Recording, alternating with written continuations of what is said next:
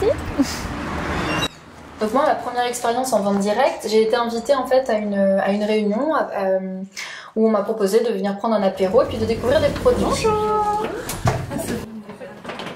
Il y a quelques temps, j'aurais aimé avoir ma propre petite boutique de thé. Ouvrir mon petit commerce, avoir ma boutique de thé. Mais finalement, là, je me rends compte que d'offrir ces moments-là en fait, de partage et de convivialité chez les gens, c'est beaucoup plus vivant et ça a beaucoup plus de sens pour moi. Et dans les producteurs de thé, est-ce qu'il y a des îles qui vous viennent en tête?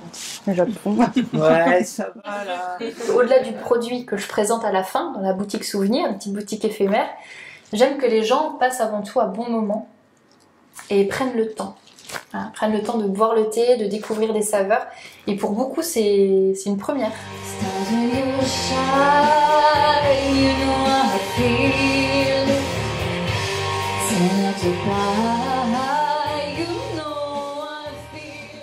Donc j'ai toujours aimé chanter, danser et dessiner. Voilà, ça c'est mes trois moteurs. Je suis quelqu'un qui a beaucoup de créativité, qui est dans l'innovation, qui a besoin aussi de liberté.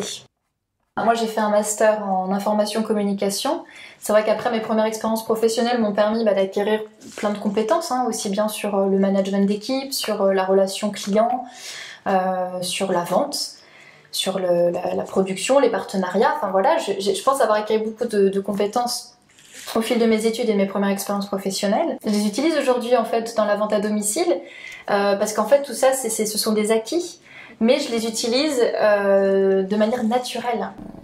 Très rapidement en fait on m'a proposé de devenir animatrice. Du coup j'ai 12 personnes. C'est vraiment des profils très variés, entre 25 et 35 ans. Je sais que maintenant j'ai les compétences pour pouvoir conseiller, vendre, accompagner des personnes qui veulent aussi faire ce métier-là. Mon profil artistique et cette passion du thé qui m'a finalement permis d'arriver à ce statut de vendeur indépendant, ça permet vraiment de trouver cet équilibre dans ma personnalité et dans ma vie au quotidien. En fait. Tu veux ressentir? C'est de faire craquer.